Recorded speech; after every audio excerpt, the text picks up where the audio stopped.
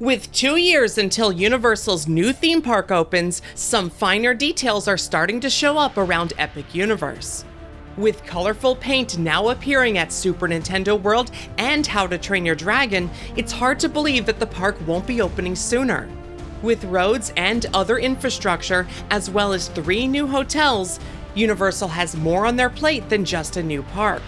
Let's dig into construction progress for the whole site, including new theming details, as well as some new permits in today's news update.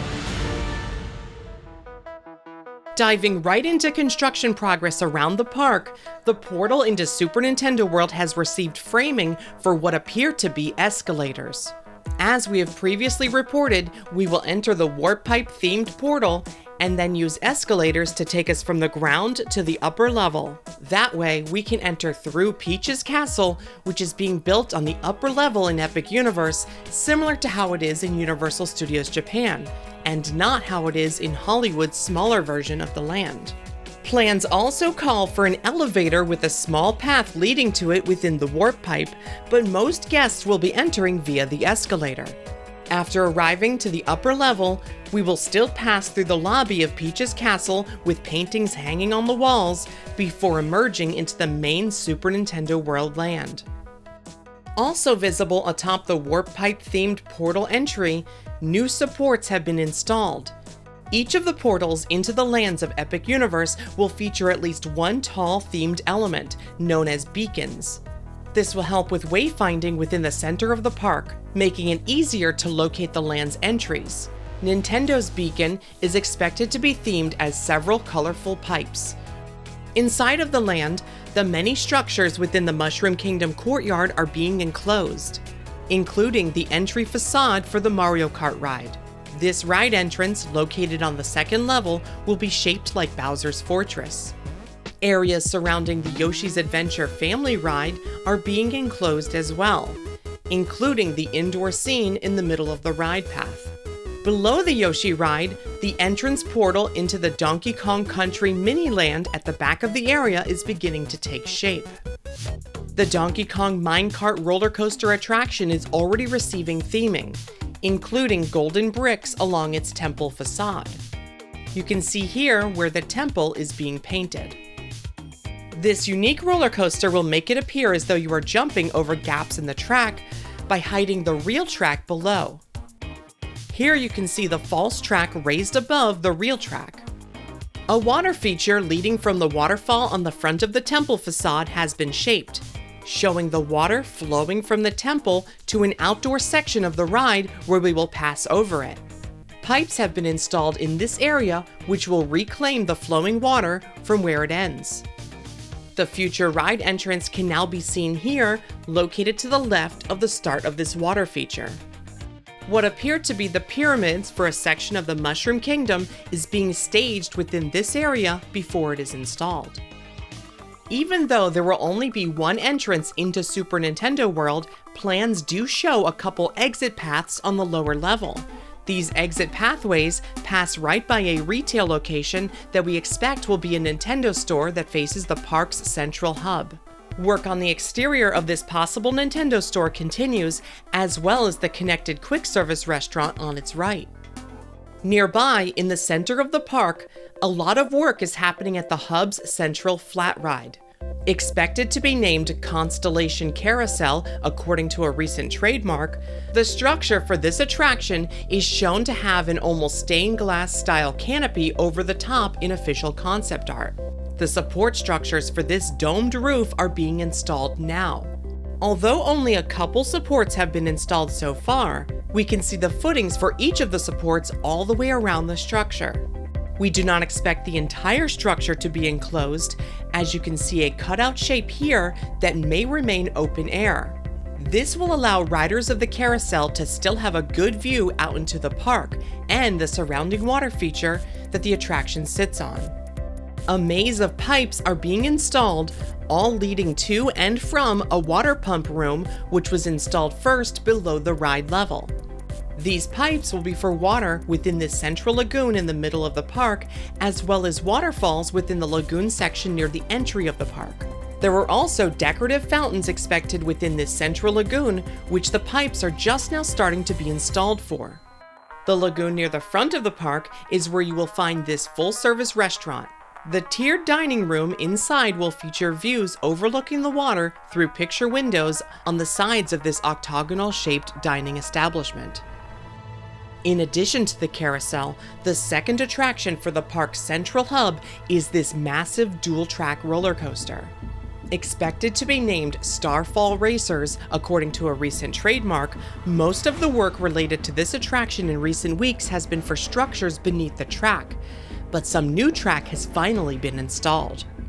This new track on top of the station, seen at number 1 in this photo, and wrapped in corrugated plastic to protect it during construction, will be the ride's final brake run.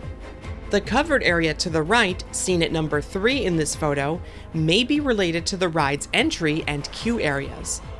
There is still a lot of track to be installed for this attraction, especially for the latter half of the ride, beginning with the coaster's second launch and what will become its tallest point. The supports for the second launch were just installed, seen here above the maintenance bay, and a couple of pieces of track were added as well, leading into this area, so it may be the next section to be completed. Recent permits included updated plans for the hub areas of Epic Universe, including the park's future entrance. Construction on this area has been quick, with the buildings on the right side of the entry already enclosed and a roof installed. Now, new steel has been installed along the front of these structures. This is for what will become a covered walkway, just inside the park on the right. This covered walkway is set in front of what permits call multi-purpose buildings, which may include guest services, stroller and wheelchair rentals, and retail. Also showing up in this area are what may be the first sections of the park's large entry arch. Unlike the arch at Universal Studios Florida, we will enter Epic Universe under this arch after passing through the turnstiles and security booths, which will be built below this area. Here is how the arch appears in the official concept art, and here is how it looks in the recent permitted plans. And this is what has been constructed so far. Heading back into the park's lands, let's take a look around the Universal Monsters area, which we believe will be named Dark Universe. The portal into this land has received the most themed elements of all the portals for the park. Even though most of the portals start with the same basic shape, they are being covered in their own themed elements to help set the tone for the land you're about to enter. The Dark Universe portal was rumored to contain a beacon atop, themed as an electrical antenna, reminiscent of Frankenstein, and it is starting to look like that may be what is being built at the very top. In addition to the antenna on top, we've been expecting an old tree with roots wrapping around the portal, and it appears that that is exactly what has been built. This mesh framing appears to look like tree roots, and some rockwork type elements have already received a top coat, which these roots will receive next. Inside of the land, the area's main restaurant, expected to be named the Steakhouse, can be seen on the right. So far, a trademark has not been filed for that name. A new trademark that could possibly be related to the park has been filed since our last update, though. Oddities and Monstrosities has been filed for use as a retail store. Perhaps that could be the name for the land's main retail location, located on the left side of the entry street. Ahead of us, at the end of the land's main street, the facade for the area's main attraction is still covered in scaffolding as it receives more details. It has long been rumored that this indoor ride will feature a ride system similar to Harry Potter and the Forbidden Journey. A new notice of commencement for work related to this area of the park may have finally just confirmed this. The document lists Kuko Robotics Corporation as the contractor, and that is the company that produces the robotic arms used on the Harry Potter ride. To the left of the main ride's entry, the framing for what permits call a drink stand is starting to make it look like a small cottage or a barn with a chimney. That design motif goes along with the large barn section of the area's outdoor roller coaster. Over in the How to Train Your Dragon area, one of the two statues is receiving color, specifically the dragon statue on the right. These two statues are sitting within a lagoon and will be the first things that guests see when entering the land. To get a sense of just how large these statues are, take note of the scale of the workers seen near the base on the right of this photo, or the worker seen here near the head of the dragon. These statues are absolutely huge. The lagoon that the statues sit in is receiving other themed elements, including several boats, which were also seen in the permitted plans. The scenic boats are now covered in scaffolding themselves while they receive work. Various rocks can also be seen scattered throughout the area, and the walls have been themed and even painted to make this lagoon appear to look man-made. Work on a bridge over a section of the lagoon is happening now, seen at number 3 in this photo. This bridge passes over a moment where the area's roller coaster track passes below the water level. Some themed elements are receiving work on land as well within this circle of coaster track. Permitted plans seem to show these elements as rock shapes, but it's hard to tell as they are currently covered. Multiple recent notices of commencement related to work within this section of Epic Universe lists Life Formations as the contractor. That company, which recently changed its name to LF Studios, was behind many of the animatronics and figures for Hagrid's Magical Creatures Motorbike Adventure, and they specialize in outdoor figures. The documents describe the work as for creative elements, so it's possible that they may have been hired to create multiple dragon animatronics or static figures for this part of the park. Foundations for the 2 Skyfly spinner rides have shown up at the back of the Dragons area, and prep work has begun for what plans describe as a kids' play area. The front of the dual load station for the roller coaster attraction has been buried to make it level with the ground, while the back of this area is still set lower than the station. At the center of the land, footings for scenic elements are being installed atop the roof of the Great Hall restaurant. It is rumored that a mountain-like structure will be built here using forced perspective. That will give the Great Hall its cliff face appearance as seen in the films. A connected retail location has received its framing. This gift shop is connected to the Great Hall restaurant by a set of restrooms in the middle according to permits. The tiered seating area within the land's indoor stage show is still visible for now, but the structure's walls are nearly all up and it will be getting its roof soon. The entry into the area of the park we believe will be a new Wizarding World land continues to take shape, with a literal wall being constructed along the side of the portal. This wall will likely be surrounded by trees and landscaping, but does show how the lands are intended to only have one way in. The main street for this land is expected to look like the Parisian street, complete with arch, as seen in Fantastic Beasts: The Crimes of Grindelwald. An open-air alley side street can be seen on the right, and the area's 2 attractions are located on the back left. The largest attraction is expected to be an indoor dark ride that has been rumored to be based on the Harry Potter series, and will be set within the largest indoor building at Epic Universe. The smaller attraction looks to be an indoor stage show, which is rumored to be based on the Fantastic Beasts series. As we discussed in our last update, permits indicate that this stage show will include live actors and special effects. See our recent video for more details on the show, as well as what permits can tell us about the rest of the land. The area on the back right of the land continues to be fleshed out, with additional facades being installed, as well as this small retail location seen to the right of the concrete steps. These steps to nowhere will likely look something like this official concept art for the second Fantastic Beasts film, complete with a forced perspective skyline view at the top. The tops of each of the French building facades are receiving intricate details, and it is rumored that some of these buildings along the Parisian streets may feature magical creatures to add some life to the otherwise realistic-looking land. A lot of progress has been made for all 3 of the new Universal hotels for Epic Universe.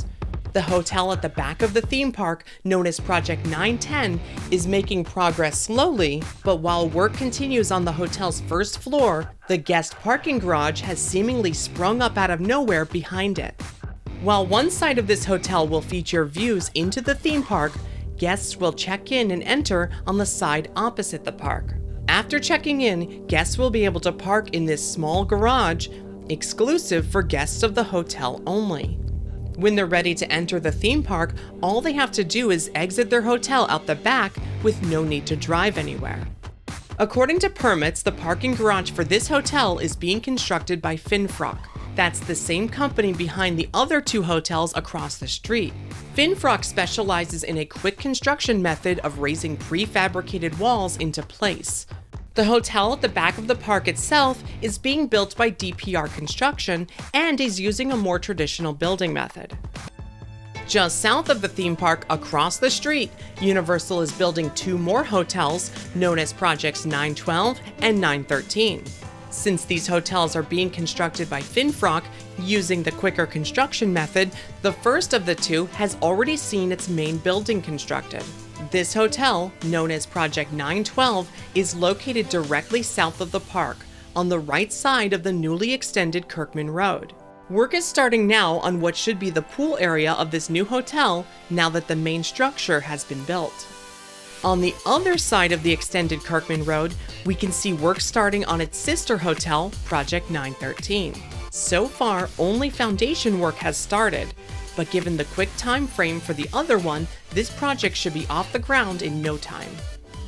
To get to Epic Universe, as well as these new hotels from the existing Universal Orlando Resort, the company is working with Orange County to split the costs on extending Kirkman Road a couple of miles south. This will allow it to connect directly from the existing theme parks and City Walk all the way down to Universal Boulevard near the Convention Center. Guests traveling between the existing parks and this new theme park will take an elevated exit off of the extended Kirkman Road, as seen in this recently revealed illustration. This flyover will allow general traffic to continue along ground level and will force anyone heading to or from Epic Universe to use the elevated exit. A traffic study conducted in 2019 says that they project 28,000 vehicles to use this traffic circle per day. Universal will be able to shuttle guests to and from the existing parks and hotels and the new Epic Universe site using dedicated bus lanes down the center of the extended Kirkman Road. And finally, before we go, here is a recent look at the parking lot for Epic Universe. As you can see, this large, flat parking lot is currently being used by the many people working on building the new park, and even for staging some elements, like the track for the dual-track roller coaster. But in just 2 short years, we will be parking here for our first day at the new park. That's going to wrap it up for this update, but a huge thank you to BioReconstruct for the amazing aerial photographs. You can follow him on Twitter for more incredible theme park photos. Be sure to leave a like on this video and comment if you're enjoying our coverage of the new park. And make sure you're subscribed to never miss an update. For even more information, as well as behind-the-scenes posts, your name in the credits, and more, consider joining our Patreon to support what we do. Patreon.com/themeparkstop. Thanks for watching. See you next time.